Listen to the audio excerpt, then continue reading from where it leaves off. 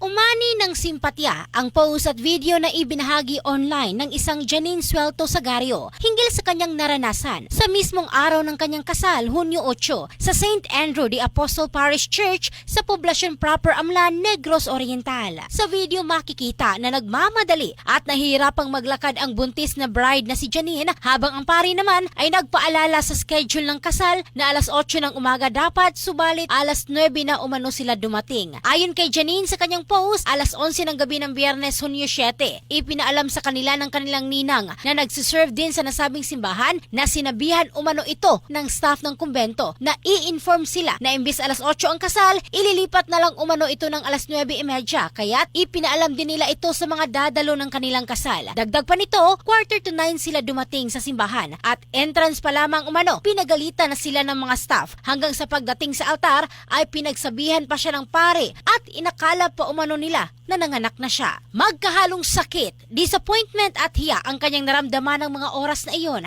at pagkatapos ng seremonya ay humagulgol pa umano sa iyak ang kanyang groom. Matapos mag-viral na umabot pa ang video ng 22 million plays, 9.4 thousand shares at 20,000 comments as of umaga ng Lunes, bumuhos ang tulong at mga nais mag-sponsor sa ikalawang pagpapakasal ng dalawa na gaganapin umano sa darating na Hunyo 17. Sinabi ni Corporate Events Coordinator John Lester Barot sa kanyang Facebook post at live na nag-meeting na sila ng iba pang mga sponsor single rito. Samantala, pinuntahan ng Brigada News FM Dumaguete sa Barangay Hugno, Amlan nitong Lunes, Hunyo 10 si Janine, ngunit hindi pumayag ang tatay nito na ma-interview siya sapagkat masyado na umanong mahaba ang kwento at ayaw na nila itong palakihin pa. Pinuntahan din ng news team ang parokya upang makuha ang kanilang panig, subalit sinabi ng isa sa mga staff ng kumbento na wala umano ang pari sa viral wedding video sapagkat may nilakad umano ito, bagay na nakaschedule na 1 linggo na ang nakakalipas. In the heart of changing lives, ito si Michelle Craste ng Brigada News Philippines, the Music and News